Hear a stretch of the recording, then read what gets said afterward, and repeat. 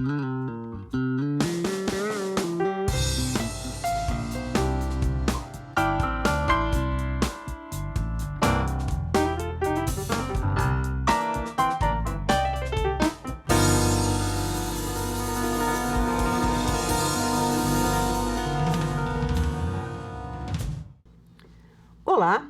A nossa entrevistada de hoje percorreu uma trajetória peculiar. Cineasta, já foi educadora, doutora em Políticas da Educação pela Sorbonne, mas ao realizar seu doutorado em Paris, descobriu não só a beleza cinematográfica da cidade, como também decidiu mudar de curso, de profissão, de vida, enfim. Elza Cataldo fez então um curso de cinema na prestigiada Universidade de Nanterre e de lá para cá já produziu 7 filmes, 6 curtas e um longa, o premiado e muito assistido Vinho de Rosas. Agora, Elza Cataldo está em fase de preparação do seu segundo longa, Órfãs da Rainha. Pois é, Elza, nós aqui depois de tantos anos de amizade e de distância, né? Porque a vida afasta um pouco as pessoas, né? Cada uma vai um pouco para um lado, né? É um pouco inevitável. Agora, vamos voltar a essa parte de Paris. Parece que em Paris foi uma epifania, não sei o que aconteceu em Paris. O que aconteceu lá? Bom, a distância tem a ver com a minha vida de cigana, né? Eu sou uma pessoa que me desloco muito, né? Então eu sempre... Você gosta, né? Gosto. Nós já conversamos sobre isso. Eu não gosto e você gosta. Gosto. Eu acho que eu tenho uma facilidade também de me instalar, entendeu? Em qualquer parte, me interessa, eu gosto de conhecer, eu sou curiosa. Então, isso para mim é quase que uma forma de vida. Agora, Paris realmente, né, Miri, é aquela mudança completa mesmo. Acho que a gente, quem passa por Paris ou passa por uma experiência, né, de doutorado, de formação tão sólida, tão de pesquisa, né, da academia, né, eu acho que isso é uma mudança mesmo de vida imensa. Fora que Paris, em termos visuais, é uma cidade cinematográfica. Paris proporciona também a gente o acesso a uma cinematografia do mundo inteiro. Então, isso foi uma abertura muito grande também para mim. E lá, realmente, eu acho que eu me apaixonei pelo cinema. Paris nos traz essa possibilidade. Então, eu acabei fazendo meu doutorado em Política Educacional na Sorbonne e acabei fazendo de cinematografia também. Você concluiu o doutorado? Sim, sim. Tudo certinho. Sim, isso faz parte também é cigana, mas é cigana dedicada. É uma cigana completamente atípica também. Você fez o curso aí... E fiz o doutorado, né, na Sorbonne com Política Educacional. Prático, teórico? Teoria e prática, e principalmente a relação entre pesquisa e imagem. Então, isso, a Nanterre tinha essa característica também. Tanto é que eu venho muito daí, né? A minha forma de fazer cinema, ela vem muito de pesquisa, de história, que acabou sendo uma opção que eu fiz também pelo gênero, né, de filme histórico. Vendo assim, tendo acesso a todos os seus filmes, como eu tive a oportunidade, já que você me colocou alguns, inclusive à disposição, que eu agradeço, achei foi muito bom trabalhar nessa produção também, né? E que não deixa de ser uma pequena investigação. A gente percebe, então, essa ligação entre história, educação num sentido amplo, que não é filme didático, porque filme didático é uma coisa muito perigosa, muito difícil, às vezes resvala até para o chato, né? Mas parece que você conseguiu atar as pontas da vida, né? A pesquisa, você gosta de fazer pesquisa, né? Eu gosto muito da pesquisa, porque eu acho que você acaba, na investigação, você vai descobrindo coisas muito interessantes. Nós temos uma história do Brasil fascinante, pouco conhecida, né? E aí talvez seja a relação também com a educação. Eu acho que o filme, o audiovisual que tem a pretensão de trabalhar com a pesquisa histórica, ele tem também uma função educativa. Não que a metodologia ou a linguagem seja didática, né? Porque meus filmes, eles são ficção, né? Claro. Todos eles. Mas a pesquisa acaba que fornece elementos do conhecimento do país, do conhecimento das relações humanas, né, que se passam principalmente no Brasil, que eu acho que são instrumentos de diálogo. Eu gosto de considerar o cinema como instrumento de diálogo, sabe? Aquele que não é só a experiência de entretenimento, mas que coloca também algumas questões, principalmente do que aconteceu, né, no nosso passado, ou mesmo no passado mais recente.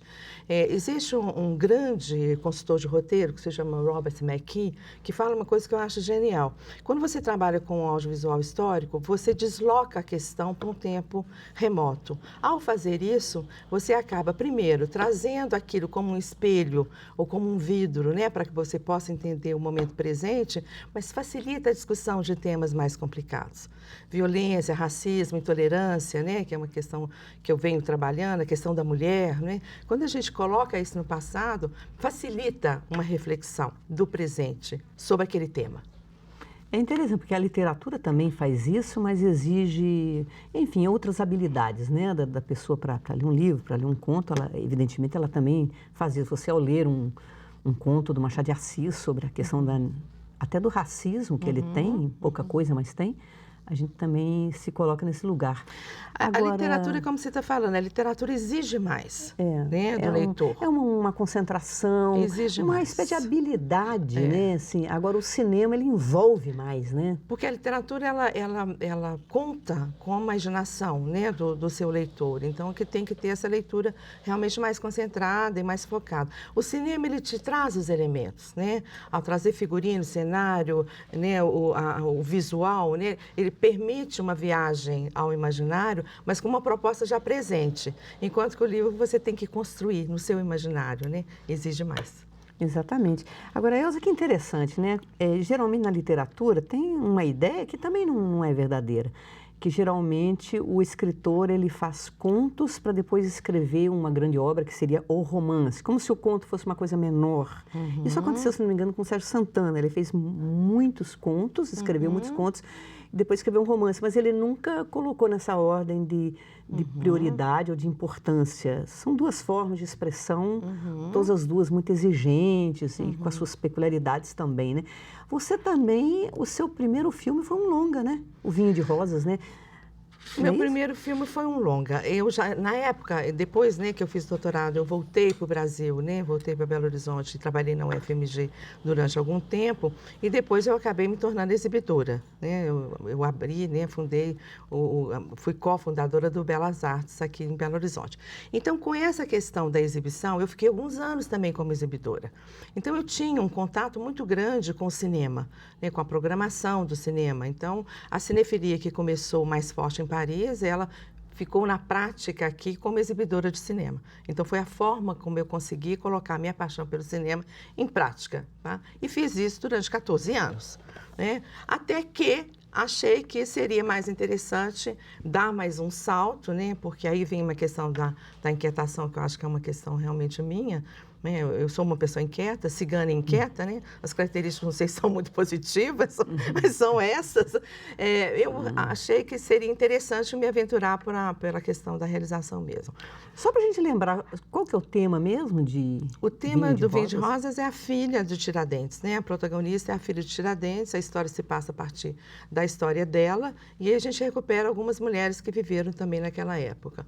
Não é propriamente um filme sobre a Inconfidência, mas é um filme sobre o entorno do que aconteceu, principalmente com as mulheres que conviveram com os Inconfidentes. Ecos da Inconfidência, né, que ressoam no filme, né? A época política, Sim, o poder, o domínio. Sim, a questão do recolhimento feminino, né? A questão o espaço restrito da mulher, né? E principalmente essa personagem incrível que foi Joaquina, porque Joaquina a gente sabe muito pouco dela. Ao saber pouco, a gente dá uma liberdade muito grande de você poder ir preenchendo essas lacunas de forma ficcional. Então, foi isso que eu fiz com o Vinho de Rosa.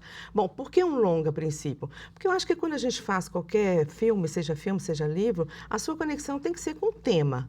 Né? Eu me conectei com esse tema e achei que o tema seria mais apropriado para um longa. Exatamente. E é mesmo, né? E é mesmo. E sendo para um longa, né, eu tive que me aventurar no primeiro filme, um longa, o que foi uma aventura grande, realmente, que me exigiu muito, mas eu pensei assim, bom, é um filme histórico, né, sobre um tema complexo, né, já que é para ser um desafio, que seja um desafio de verdade. Então, vamos lá para o longa. E comecei, trabalhei muito, né, planejei muito, pesquisei muito. A pesquisa, por falar nisso, assim, desculpe te interromper, mas assim, esse livro aqui, foi a Cristina Ávila que fez. Sim, Cristina Ávila, que participou ativamente, né, a grande pesquisadora Cristina Ávila, que participou ativamente da pesquisa do filme, porque eu queria que a gente tivesse uma base, né, conceitual sólida, para a gente poder construir cenário, figurino e mesmo o próprio roteiro. Então, Cristina, que escreveu o livro em forma de verbetes, né, que ajudou muito, não só a mim no roteiro, como também a equipe. Uhum. E outra parte que também, naturalmente, tem a pesquisa é a questão da trilha sonora, né? A trilha sonora, você podia falar um pouquinho também sobre ela? A trilha é outra coisa. Quando você trabalha com qualquer obra histórica, você tem que ir àquele tempo, né, para poder, inclusive, se inspirar. Eu me inspiro muito na literatura e muito na música também. E contei também, né, com a competência, o talento do Caxi Rajão para desenvolver essa trilha, que é uma trilha original, com algumas inserções de músicas que não são originais, que não foram feitas exatamente. Que são músicas barrocas, de autores barrocos. O Caxi também é um pesquisador de música, então isso facilitou muito para trazer. A Cristina, eu acho que traz a ambiência, né, física e de figurino e visual, e o Caxi, eu acho que traz a ambiência sonora. E trabalhou com atores mineiros, né? Eu trabalhei com atores mineiros. Tem alguns de fora, mas a maior parte é daqui. E isso é outra coisa também que eu me coloquei desde o início como premissa. Bom, é o meu primeiro filme, então eu vou dar oportunidade a muita gente também para que seja o primeiro filme. Então, 90% da equipe e do elenco nunca tinha feito um filme antes. É tão bom reconhecer os atores que a gente conhece de palco no cinema. No cinema, né? E são pessoas que têm um desejo muito grande, né, de interpretar no cinema, uma disponibilidade, né, enquanto atores e uma possibilidade, né, também artística muito grande.